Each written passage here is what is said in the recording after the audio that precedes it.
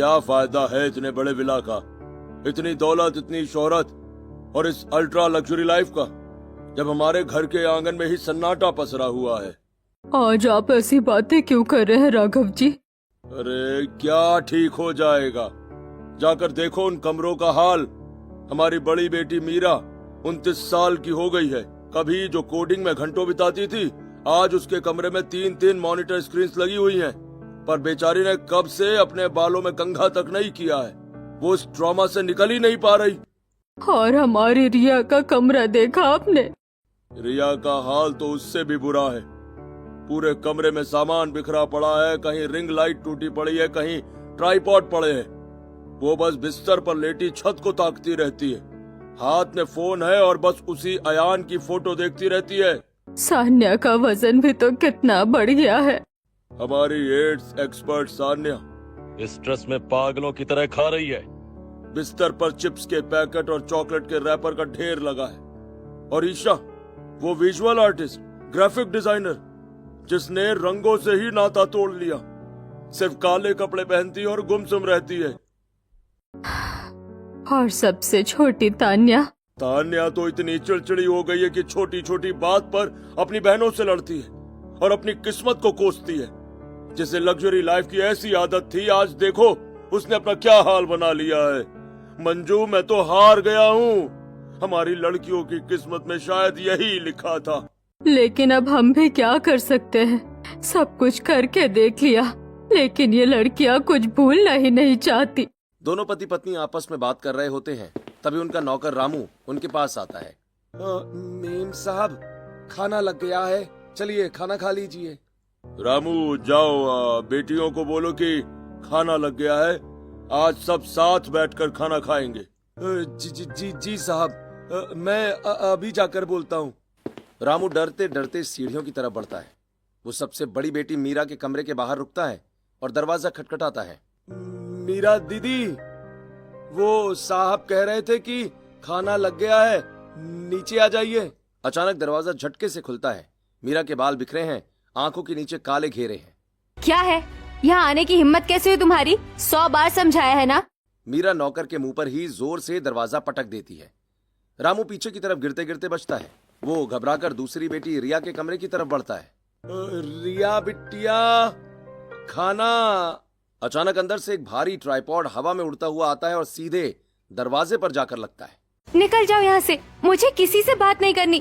क्यों तुम लोग मुझे चैन से मरने भी नहीं देते? सान्या दीदी, सब नीचे इंतजार कर रहे हैं। खाने की टेबल पर आज पनीर और आपकी पसंद का हलवा बना है। नहीं, अभी मेरा मन नहीं है। जब मुझे खाना होगा मैं अपने आप खा लूंगी। जाओ यहाँ से, मुझे अकेला छोड़ दो। आखिर में रामू ईशा और तानिया के कमरे में पहुंचता है और वहां भी यही हाल होता है। रामू हड़बड़ाया हुआ पसीने से तरबतर नीचे आता है। साहब, वो कोई भी नहीं आ रही है, सब बहुत गुस्से में। मीरा दीदी ने तो मुंह पर दरवाजा मार दिया और रिया दीदी ने ट्राइपॉड फेंक कर मारा। कोई खाना नहीं खाना चाहता। ये क्या हाल हो गया है मेरी बेटियों का। ये लड़कियां, ये गुस्सा, ये नफरत, ये इन्हें अंदर ही अंदर खा रही है।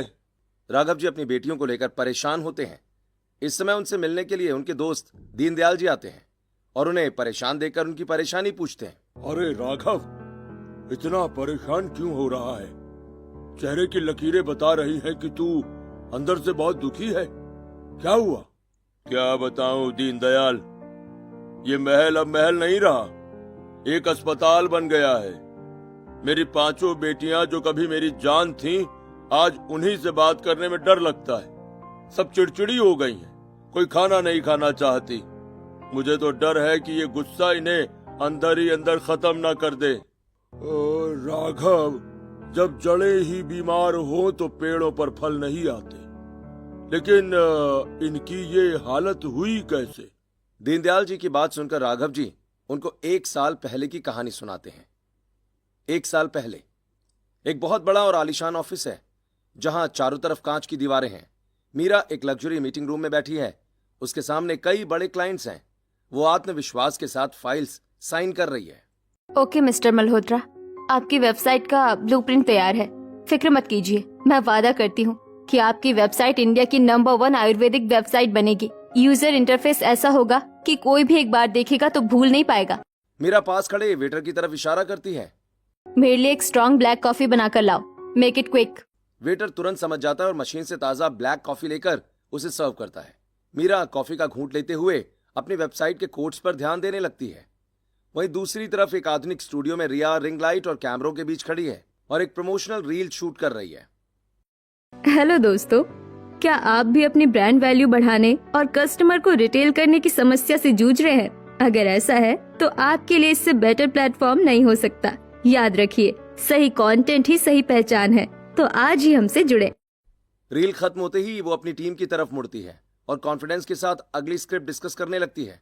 वहीं सान्या कई स्क्रीन्स पर चल रहे ग्राफ और नंबरों के बीच घिरी है। No no no no, this is not our good audience. हमें अपना टारगेट बदलना होगा। Creative audience are our best target. Sanya के एडवाइस पर सभी तालियां बजाते हैं। वहीं उसकी छोटी बहन ईशा एक विशाल डिजिटल स्क्रीन के सामने खड़ी होकर ग्राफिक पेन से कुछ बेहतरीन डिजाइन बना रही है। पीछे उसकी टीम खड़ी है।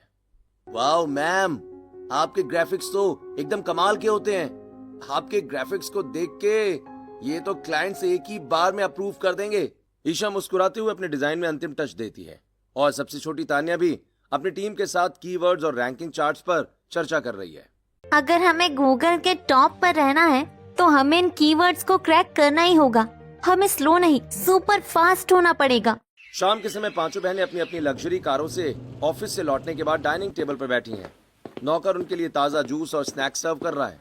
उफ, आज का दिन बहुत हेक्टिक था। मल्होत्रा जी की वेबसाइट का बैकएंड ऑलमोस्ट रेडी है। ईशा, तुम्हारे ग्राफिक्स ने तो सच में जान डाल दी उसमें। थैंक्स दी। क्लाइंट खुश होना चाहिए बस।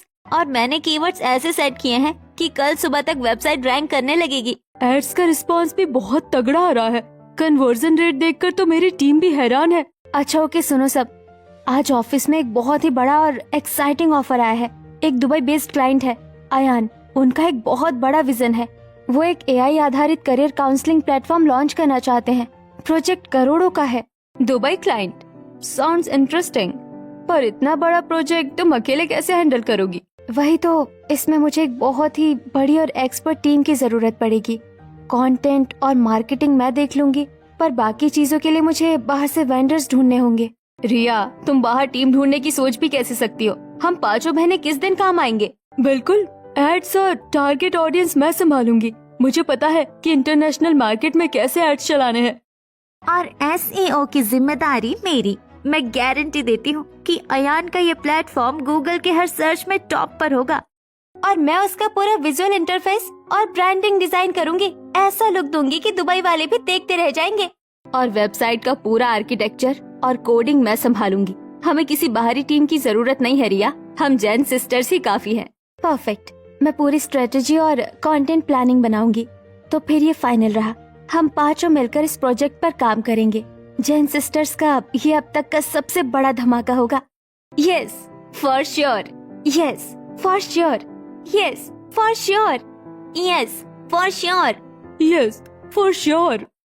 पांचों बहनें प्रोजेक्ट पर एग्री हो जाती हैं और अगले दिन एक आलीशान 5 स्टार होटल के कैफे में अयान रिया के सामने बैठा है।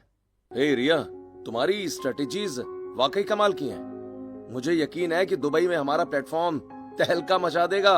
Thank you Ayaan. मेरी बहनें भी दिन रात इस पर काम कर रही हैं। काम के बहाने अयान और रिया की मुलाकातें बढ़ने लगी। कभी मॉल में घूमना, कभी साथ कॉफी पीना। अयान ने बड़ी सफाई से रिया को अपने प्यार के जाल में फंसा लिया और इस दौरान प्रोजेक्ट का सारा सीक्रेट डेटा और स्ट्रेटजीज भी हासिल कर ली। प्रोजेक्ट पूरा हो चुका था, लेकिन अगले दिन मीरा के हाथ में न्यूज़पेपर है और उसका चेहरा सफेद पड़ चुका है। वो भागती हुई रिया के कमरे में जाती है। रिया, रिया उठो, देखो न्यूज़पेपर में क्या छपा है। हमारे प्रोजेक्ट का सारा डेटा लीक हो गया है और मार्केट में खबर है कि हमने किसी और का आइडिया चुराया है। रिया बिस्तर पर दुबक कर बैठी है। उसका शरीर कांप रहा है, चेहरा पीला है। रिया, तू ऐसे कांप क्यों रही है? क्या हुआ तुझे? बोल कुछ। दीदी, मुझे पता था ये होगा। उसने जानबूझकर किया ये सब। किसने? क्या कह रही है तू? अयान, कल रात जब मैं उससे मिलने गई थी तो मैं उसे प्यार करती थी, लेकिन वो मेरे साथ जबरदस्ती करने की कोशिश कर रहा था। मैंने उसे थप्पड़ मार दिया दीदी। उसने उसी वक्त चीख कर कहा था कि देख, अब मैं तुम पांचों बहनों को कैसे बर्बाद करता हूँ। उसने हमें सड़क पर ला दिया दीदी, उसने हमें बर्बाद कर दिया। रिया और मीरा की बात सुनकर उसके माता पिता और बाकी बहनें भी वहां पर आ जाती हैं। यानी हमारा करियर खत्म? नहीं नहीं, ऐसा नहीं हो सकता। मैं अभी ऑफिस जाती हूँ। मीरा तुरंत ऑफिस के लिए निकलती है, जहां उसका क्लाइंट गुस्से में न्यूज़पेपर टेबल पर पटकता है। धोखेबाज, कोडिंग के नाम पर डेटा चोरी करती हो। ये लो अपनी फाइल और दफा हो जाओ यहां से। क्लाइंट फाइल मीरा के चेहरे पर मारता है, कागज बिखर जाते हैं। मीरा की आंखों में आंसू और चेहरे पर जिल्लत है।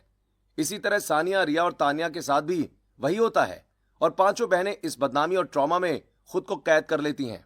अब क्या बताऊं दीनदयाल, मेरी बेटियां आज भी उसी 1 साल पुराने धोखे और अपमान के बोझ तले दबी हुई हैं। मैंने उन्हें कई बार समझाने की भी कोशिश की, पर वो दोबारा करियर शुरू ही नहीं करना चाहती। अरे राघव, इनकी किस्मत तभी बदलेगी जब इन्हें इस सोने के पिंजरे से बाहर निकाला जाएगा। देखो राघव, संघर्ष ही इंसान को दोबारा खड़ा करता है। मेरे पास एक सुझाव है, अगर तुम मानो तो इनकी शादी करा दो। तुम्हें क्या लगता है कि मैं कोशिश नहीं कर रहा हूं? अरे कई रिश्ते वाले आए और मेरी बेटियों की ऐसी हालत देखकर शादी के लिए मना कर गए। आखिर कौन करेगा इनसे शादी? भाई मेरी नजर में एक रिश्ता है। लोग तो गरीब हैं, उनके 5 बेटे हैं। चाहो तो मैं तुम्हारी बेटियों के लिए बात कर सकता हूँ। सच में यार, देखो अगर हो सकता है इसमें कुछ तो तुम जरूर करो। मुझे अमीरी गरीबी से कोई फर्क नहीं पड़ता, बस मेरी बेटियां सलामत रहें। लेकिन लोग क्या कहेंगे? जैन साहब ने अपनी कोहिनूर जैसी बेटियां मिट्टी में मिला दी। लोग तब भी बातें कर रहे थे जब उनका करियर बर्बाद हुआ था। अब मुझे लोगों की परवाह नहीं। दीनदयाल, तुम उन्हें बुला दो। अगले दिन राघव के आलीशान घर में सादे कपड़ों में रघुवीर सिंह, उनकी पत्नी सावित्री और उनके 5 बेटे आर्यन, वरुण, रोहन, कबीर, सिद्धार्थ अंदर आते हैं। राघव, ये हैं रघुवीर सिंह और ये इनके 5 अनमोल रतन। जैन साहब, हम बहुत छोटे लोग हैं। आपकी रईसी के सामने हमारी कोई बिसात नहीं है, लेकिन हमारे घर में आपकी बेटियों को पूरा मान सम्मान मिलेगा, ये कह सकता हूँ। रघुवीर जी, मुझे बस ऐसा घर चाहिए जहाँ मेरी बेटियां दोबारा जीना सीख सके। मंजू, बेटियों को बुलाओ। 5 बहनें सिर झुकाए बिना किसी मेकअप के साधारण कपड़ों में बाहर आती हैं।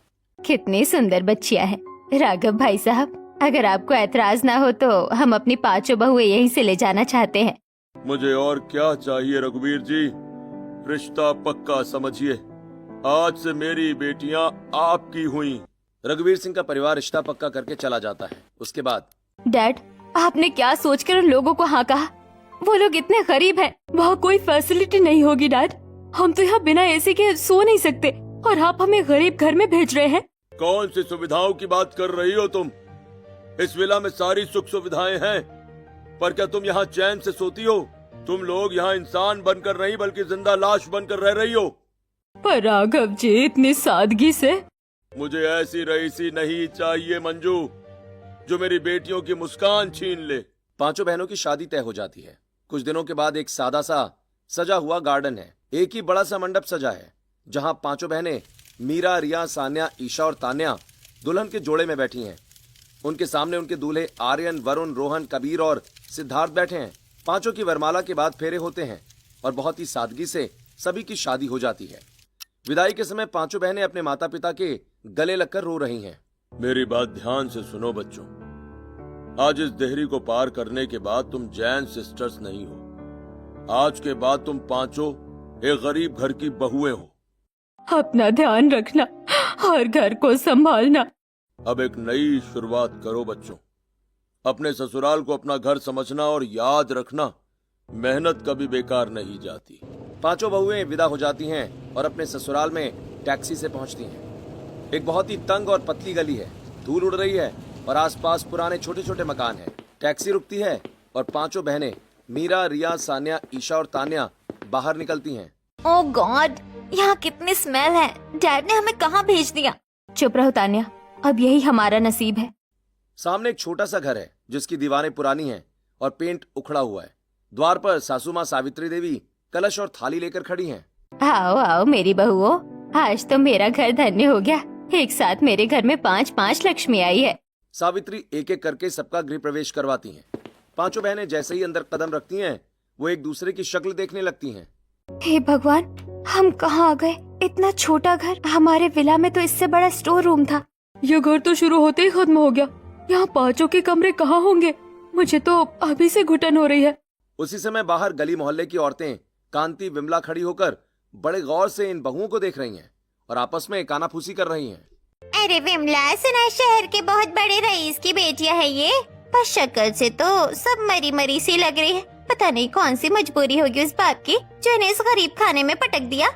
सही कह रही है कांति। देख तो जरा, 5 बहुएं लाई है सावित्री, पर पांचों की पांचों अजीब सतरंगी कार्टून लग रही है। कोई इतनी मोटी है कि दरवाजे में मुश्किल से घुसी, कोई सूखी डंडी जैसी काली है, और कोई तो भूतों की तरह गुमसुम है। अरे ये मेम साहब लोग यहाँ एक दिन भी नहीं टिकेंगे। देख लेना, कल सुबह ही अपना सतरंगी तामझाम और बैग उठाकर शहर भाग जाएंगे। पड़ोसियों की बात सुनकर पांचों को बड़ा बुरा लगता है। तभी बेटा, उन पर ध्यान मत दो, तुम लोग सो जाओ। कल सुबह तुम पांचों की पहली रसोई है। पांचों अपने छोटे छोटे कमरों में चली जाती हैं। ससुराल के घर के छोटे छोटे कमरों में उमस और गर्मी है। ना तो किंग साइज बेड है, न सेंसर वाले स्विचेस। पांचों बहनें अपने अपने तंग कमरों में फंसी हुई हैं। उफ, ये कैसा बेड है, चुभ रहा है शरीर में। पापा ने हमें किस नर्क में भेज दिया। ओह गॉड, ये मच्छर मुझे जिंदा चबा जाएंगे। मम्मी, यहाँ तो सांस लेना भी मुश्किल है। पांचों बहनें पूरी रात पसीने और मच्छरों से जूझती हैं। अगली सुबह सभी रसोई में आती हैं।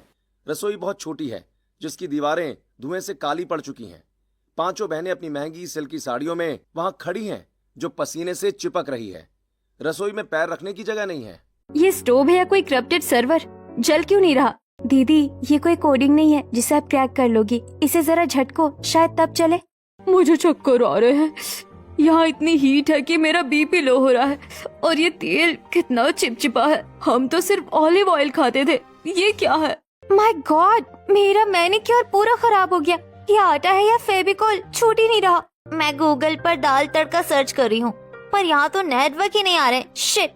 4 घंटे बीत चुके हैं। रसोई का बुरा हाल है। तभी अचानक मीरा, जो हमेशा लीडर रही है, अपनी बहनों की तरफ देखती है। सुनो, हम हार नहीं मान सकते। ईशा, तेरा आटा गीला हो गया है ना? सान्या, जरा बन्नी से सूखा आटा निकाल कर दे इसे। रिया, तू चाकू छोड़, दाल में तड़का लगाने के लिए तान्या की मदद कर।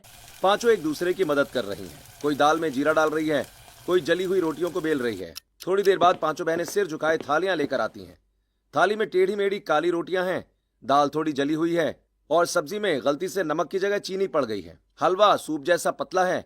रघुवीर सिंह दाल का पहला निवाला लेते हुए, वाह भाई वाह, राघव जी ने कहा था मेरी बहुएं तो गुणी हैं। मेरा बेटा, ये रोटी कितनी क्रिस्पी बनाई है तुमने, मुझे तो ऐसी ही पसंद है।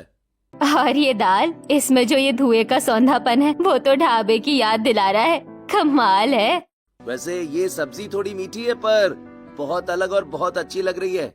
सभी लोग खाना खाते हैं। तभी सावित्री देवी आती हैं और पांचों बहुओं के पसीने से भरे चेहरे और लाल पड़ चुके हाथों को देखती हैं। मुझे पता है तुम लोग महलों से आई हो। तुमने आज तक चूल्हा नहीं छुआ। ये जो टेढ़ी मेढ़ी रोटियां तुमने हमारे लिए बनाई है ना, ये सिर्फ खाना नहीं है, ये हमारे प्रति तुम्हारा आदर है। तुमने कोशिश की, यही हमारे लिए सबसे बड़ा स्वाद है। तुम सब धीरे धीरे सीख जाओगे। पांचों बहनें सन्न रह गईं। उन्हें याद आया कि जब वो अपने ऑफिस में करोड़ों का प्रोजेक्ट फेल कर बैठी थी, तो उनके अपनों ने भी उन्हें नाकाम और धोखेबाज कहा था। पर यहाँ, जहाँ उन्होंने वाकई में काम बिगाड़ा था, वहाँ उन्हें सराहा जा रहा था, क्योंकि उन्होंने कोशिश की थी। आज पहली बार हारने के बाद भी ऐसा लग रहा है जैसे मैं जीत गई हूँ। जैसे तैसे दिन गुजरता है। रात के 1:30 बजे हैं। घर के 2 छोटे कमरों में पांचों बहनें पसीने से तरबतर हैं। बिजली जा चुकी है। उमस इतनी है कि दीवारों से नमी टपक रही है। आर्यन, वरुण और बाकी भाई जमीन पर सोए हैं, जबकि बिस्तर पर बहुएं बेचैन हैं। तान्या अपने फोन की फ्लैशलाइट जलाकर हवा में हाथ चला रही है। शिट, ये मच्छर, एक को मारती हूँ तो 10 और आ जाते हैं। सिद्धार्थ, उठो ना, देखो तुम्हारे घर के मच्छर मुझे खा रहे हैं। तान्या, मच्छर तो सबको काट रहे हैं। यहाँ बिजली का भरोसा भी नहीं रहता। ये लो हाथ का पंखा, मैं तुम्हें हवा कर देता हूँ, तुम सो जाओ। मुझे घुटन हो रही है रोहन। कमरा इतना छोटा है कि लग रहा है दीवारें मेरे पास आ रही हैं। हमारे विला में बाथरूम भी इससे बड़ा था। सान्या, खिड़की के पास आकर बैठो ना, थोड़ी ठंडी हवा आएगी।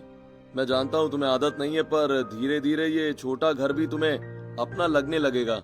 रात जैसे तैसे गुजर जाती है। अगली सुबह 6 बजे घर के कॉमन बाथरूम के बाहर पांचों बहनें लाइन लगाकर खड़ी हैं। ईशा ने अपने हाथ में 10 तरीके की सीरम और लोशन की बोतल्स पकड़ी हुई हैं। हे भगवान, ये कैसा नल है? इसमें से पानी आ भी रहा है या नहीं?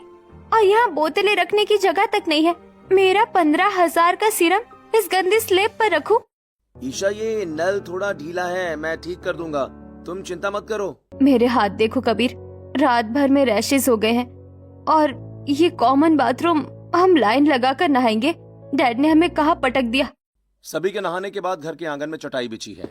सावित्री देवी पीतल के ग्लासों में कड़क चाय और बिस्किट लेकर आती हैं। वरुण, मुझे कैफीन चाहिए। मेरा दिमाग बिना ब्लैक कॉफी के काम नहीं करता।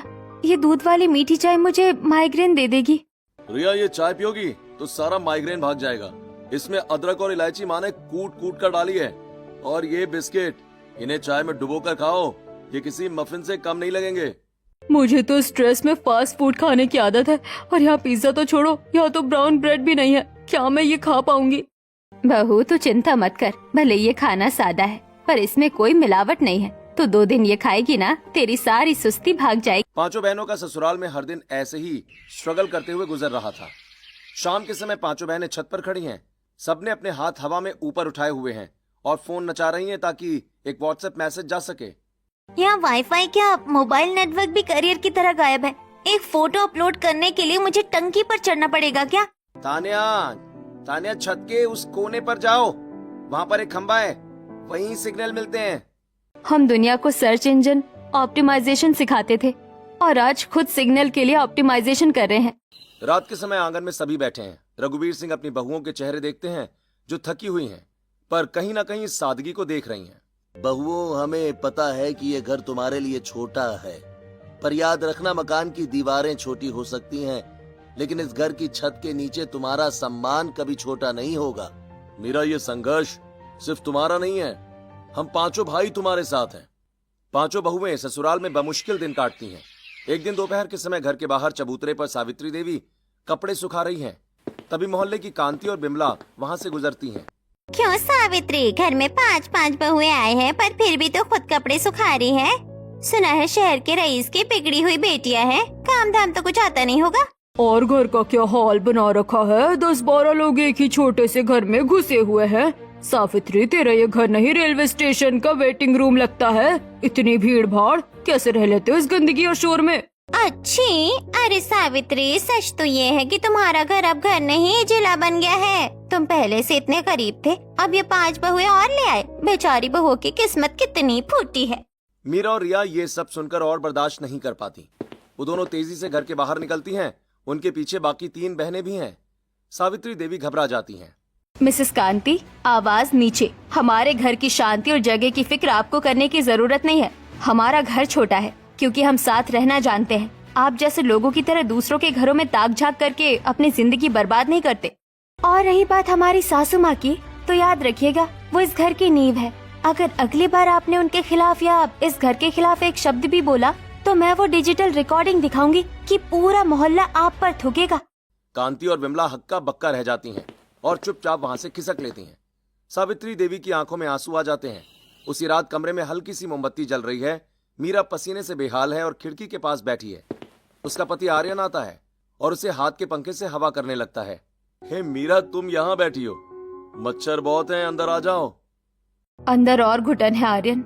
मुझे समझ नहीं आता तुम लोग यहाँ रहते कैसे हो। मेरा तो दिमाग काम करना बंद कर चुका है। जब दिमाग शोर करता है ना मीरा, तो बाहर की शांति भी शोर लगती है। तुम सिर्फ इस गर्मी से परेशान नहीं हो, तुम्हारी आंखों में कुछ और है। अब ऐसा क्या है जो तुम्हें अंदर ही अंदर खा रहा है, मुझे बताओ ना। आर्यन, हम जैन सिस्टर सिर्फ रईस बाप की बेटियां नहीं थी। हमने अपना वजूद बनाया था, और जिसे हमने अपना समझा उसने हमारा सब कुछ लूट लिया। हमें दुनिया के सामने चोर और नाकाम साबित कर दिया।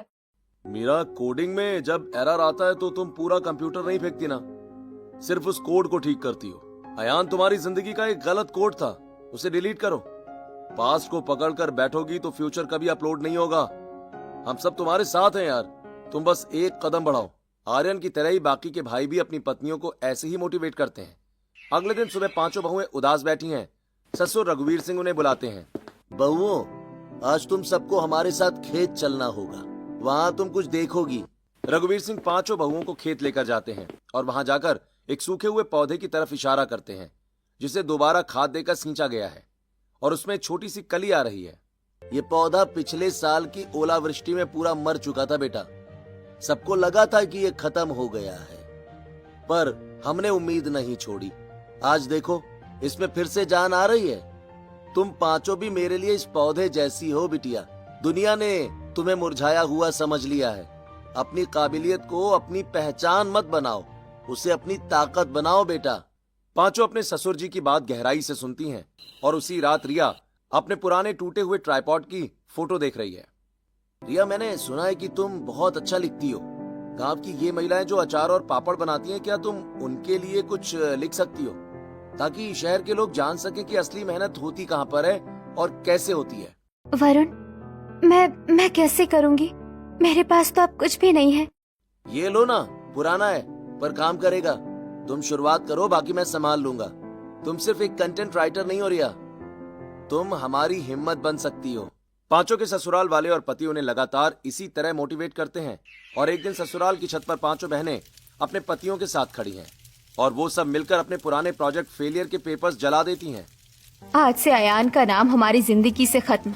आज से हम सिर्फ जैन सिस्टर नहीं, इस परिवार की ताकत है। पापा सही कहते थे, हम यहाँ जिंदा लाश बनकर नहीं रह सकते। इन लोगों ने हमारे ससुराल का मजाक उड़ाया है क्योंकि हम चुप हैं, लेकिन अब और नहीं। हाँ, हमारे ससुराल के लोग इतने अच्छे हैं। उन्होंने हमें तब अपनाया जब दुनिया हमें ताने दे रही थी। अब हमारी बारी है इस घर को वो मुकाम दिलाने की जिसकी ये हकदार है। अगले दिन पांचों बहनें अपने मायके जाती हैं। वहाँ उनके माता पिता उन्हें देखकर हैरान रह जाते हैं। वो रोते हुए नहीं, बल्कि अपना काम का सामान, लैपटॉप, कैमरा, ग्राफिक, टैबलेट लेने आई हैं। अपने ससुराल लौटकर उन्होंने प्लानिंग शुरू कर दी और अब ससुराल का वही छोटा सा घर अब एक हाईटेक ऑफिस में बदल रहा है। तंग छत पर सिद्धार्थ और आर्यन ने मिलकर सिग्नल के लिए ऊंचा एंटीना लगाया है। तान्या, ये लो, हो गया काम। पूरे गांव में सबसे तेज इंटरनेट अब हमारे घर की छत पर है। अब दिखा दो सबको अपना कमाल। इंटरनेट तो आ गया, पर क्लाइंट्स कहाँ से आएंगे? अयान ने हमारी पुरानी प्रोफाइल पर ब्लैकलिस्ट का ठप्पा लगवा दिया है। हमें अपनी पहचान छुपानी होगी और नए नाम से काम करना होगा। नाम में क्या रखा है मीरा? हुनर तो वही है ना। तुम जैन सिस्टर्स के बजाय रूट्स टू रूट्स डिजिटल के नाम से नई शुरुआत करो। 15 दिन बीत चुके हैं। पांचों बहनें रात दिन एक किए हुए हैं। तभी मीरा के लैपटॉप पर एक नोटिफिकेशन आता है। सुनो, हमें पहला प्रोजेक्ट मिला है। इंदौर की एक छोटी सी ऑर्गेनिक खाद बनाने वाली कंपनी को अपनी ब्रांडिंग और वेबसाइट चाहिए। बजट बहुत कम है, सिर्फ 15,000 रुपए। सिर्फ 15,000? दीदी, हम तो इतने का एक बार में डिनर कर लेते थे। हे सानिया, ये 15,000 नहीं, तुम्हारी वापसी की पहली सीढ़ी है। तुम लोग काम पर ध्यान दो। क्लाइंट से मीटिंग और पैसों का हिसाब हम पांचों भाई संभाल लेंगे। हम तुम्हारे बैक ऑफिस मैनेजर बनेंगे। एक के बाद एक दिन तेजी से गुजरते हैं। मीरा और तानिया कोडिंग और एसईओ के जरिए छोटी कंपनी के वेबसाइट को गूगल के पहले पेज पर ले आती हैं। ईशा और रिया गांव की सादगी और मिट्टी की खुशबू को मिलाकर ऐसे ग्राफिक्स और कंटेंट बनाती हैं कि क्लाइंट दंग रह जाते हैं और वो क्लाइंट खुश होकर 10 और लोगों को उनका काम रेफर करता है। अब धीरे धीरे उनके पास स्मॉल बिजनेस के प्रोजेक्ट्स की लाइन लग जाती है। 6 महीने के बाद गांव की 10 से 12 लड़कियां और लड़के नीचे चटाई पर बैठे हैं। पांचों बहनें उन्हें लैपटॉप पर टाइपिंग, डिजाइनिंग और कोडिंग सिखा रही हैं। याद रखना बच्चों, गांव में रहने का मतलब ये नहीं कि तुम दुनिया से पीछे हो। अगर तुम्हारे हाथ में हुनर है तो पूरी दुनिया तुम्हारा बाजार है। 1 साल के बाद roots to roots digital agency अब शहर की सबसे बड़ी एजेंसियों में से एक बन चुकी है। पांचों बहनें अब पूरी तरह से कॉन्फिडेंट बिजनेस वुमेन की तरह तैयार हैं। उन्होंने चुपके से शहर के सबसे पॉश इलाके में एक आलीशान नया घर खरीदा है। पेपर्स तैयार है। ग्रेट, आज रात हम बाबूजी और माँ को सरप्राइज देंगे। शाम का समय, पांचों बहनें अपने ससुराल के उस पुराने छोटे से घर में पहुंचती हैं। उनके हाथ में नए कपड़ों से भरे बैग्स हैं। बाबूजी, माँ और आप सब जल्दी से तैयार हो जाइए, हमें कहीं बाहर जाना है। पर कहाँ बेटा, इतनी रात को? बस चलिए माँ, सवाल मत पूछिए। गाड़ियां एक आलीशान विला के सामने रुकती हैं। घर के बाहर रोशनी से जगमगाते अक्षरों में लिखा है, रघुवीर सावित्री निवास। ससुर जी और पतियों के चेहरे पर हैरानी और गर्व के मिले जुले भाव है। आज हम जहाँ भी पहुँचे हैं सिर्फ आप लोगों की वजह से है। जब अयान ने हमारा सब कुछ छीना तो हम जिंदा लाश बन गई थी। हमारा कॉन्फिडेंस मर चुका था, लेकिन आपने हमें उस जली हुई पहली रसोई पर भी जो प्यार दिया, उसने हमें सिखाया कि इंसान अपनी नाकामियों से बड़ा होता है। आप लोगों ने हमें तब अपनाया जब हमारे पास कुछ नहीं था। आपने हमें पास छोड़कर शुरुआत करना सिखाया। थैंक यू सो मच, हमें फिर से खुद पर भरोसा दिलाने के लिए। नए घर की बड़ी और आधुनिक किचन में पांचों बहनें आज फिर से रसोई में खड़ी हैं, लेकिन इस बार चेहरे पर पसीना नहीं, मुस्कान है। वो अपनी मर्जी से अपने परिवार के लिए खाना बना रही हैं। टेबल पर सभी एक साथ बैठे हैं। बहुओं, आज मुझे ऐसा लग रहा है कि हमारे गरीब घर में इन 5 अमीर बहुओं की पहली रसोई आज सजी है। आज क्यों बाबूजी? उस दिन भी तो हमने बनाई थी।